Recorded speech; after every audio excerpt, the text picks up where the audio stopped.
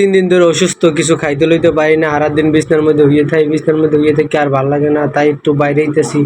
বাইরে একটু এই রোডে ঘাটে যাইয়া কিছু খাইতে লইতে পারিনি। এই সামনে দিয়ে যাইতে আসি, পরে এই যে সামনে গেলাম, পরে যাওয়ার পরে গেটের সামনে আইলাম।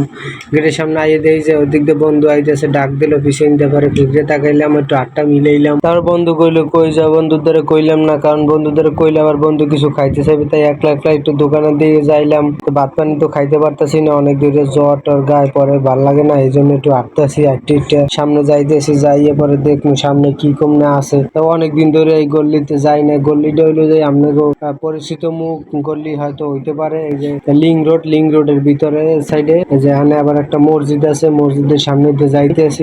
আবার অনেকগুলোই গল্লি আছে, মনে চাইলে একটু সব দিক দিয়ে ঘুরে ঘুরে যাই। আশেপাশে সব গল্লির মধ্যে দিয়ে একটু হাঁটতে চললে যাইতেছি। যাইতে লিং রোড দিয়ে সামনে যাইতেছি, পরে দেখলাম একটা চাষি পিঠা পুঠা কি কে যেন ব্যস্ত আছে। চাইলাম একটু, মন চাইলে একটু খাইয়ে দেই, কারণ ভাতটা তো খাইতে পারি না। হঠাৎ করে পকেটে হাত দিয়ে দিই, পকেটে মানি ব্যাগ নাই। পরে ভাবতেছি মানি ব্যাগ নাই, কি করবো, এখন তো কিছু খাইতে পারবো না, পকেটে টাকা নাই।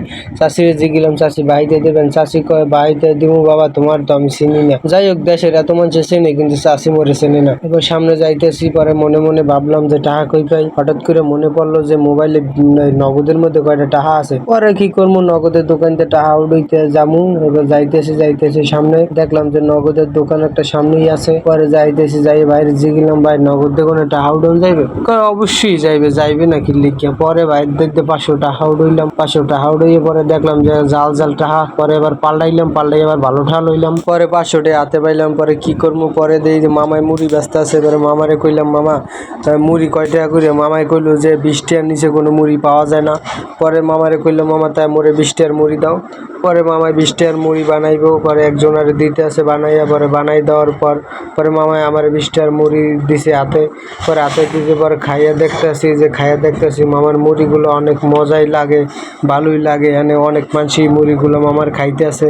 পরে আমিও খাইতে আছি পাশে দাঁড়াইয়া।